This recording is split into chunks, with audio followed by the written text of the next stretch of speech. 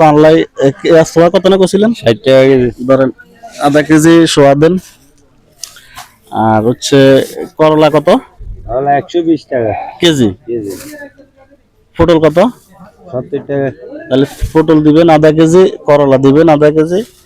আর হচ্ছে আপনার এই মরিচ তো রেট বেশি কেন লোমো লন যাইব কমাই দিবি না কমাই বলতে এক ফাই তো 80 টাকা কেন?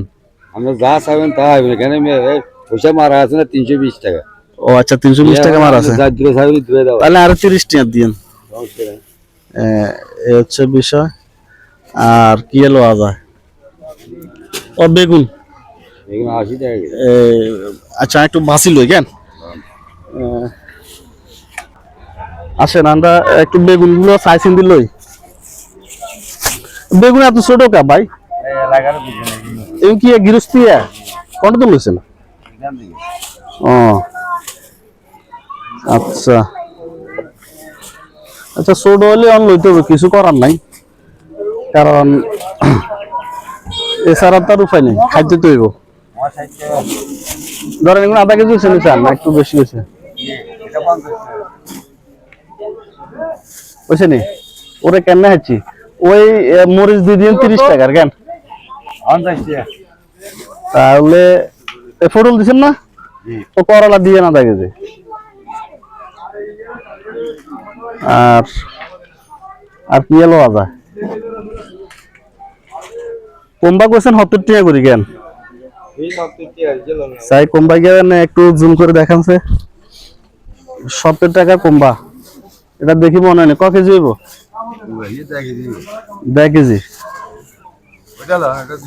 ইয়ে ইয়ে তো মনে হয় অর্ধেক লাগিয়ে দিতে হইব 100 তো ধরেন তাহলে ইয়ে দিয়ে দেন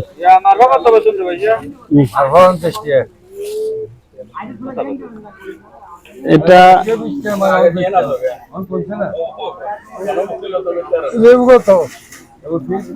কেজি 30 টাকা ওই গুড়াগাড়া একই কথাই 1 কেজিতে 4 কেজি ধরবো, মানে হেমিয়ে হেমিয়ে হিসাবটা ঠিক মধ্যে রাখছে।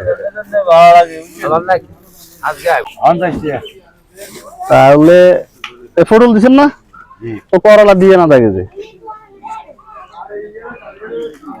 আর আর কি এলো আদা কম্বা কোয়েছেন 70 টাকা করি কেন? সাই কম্বা গেলেন একটু জুম করে দেখানছে 70 টাকা কম্বা, এটা দেখি মনে হয় ক কেজি হইব? 2 কেজি ইয়ে ইয়ে তো মনে হয় অর্ধেক লাগিয়ে দিতে হইব 100 তো ধরেন তাহলে ইয়ে দিয়ে দেন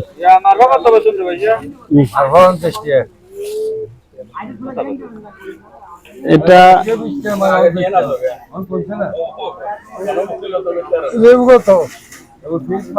কেজি 30 টাকা ওই গুড়াগাড়া একই কথাই 1 কেজিতে 4 কেজি ধরবো, মানে হেমিয়ে হেমিয়ে হিসাবটা ঠিক মধ্যে রাখছে।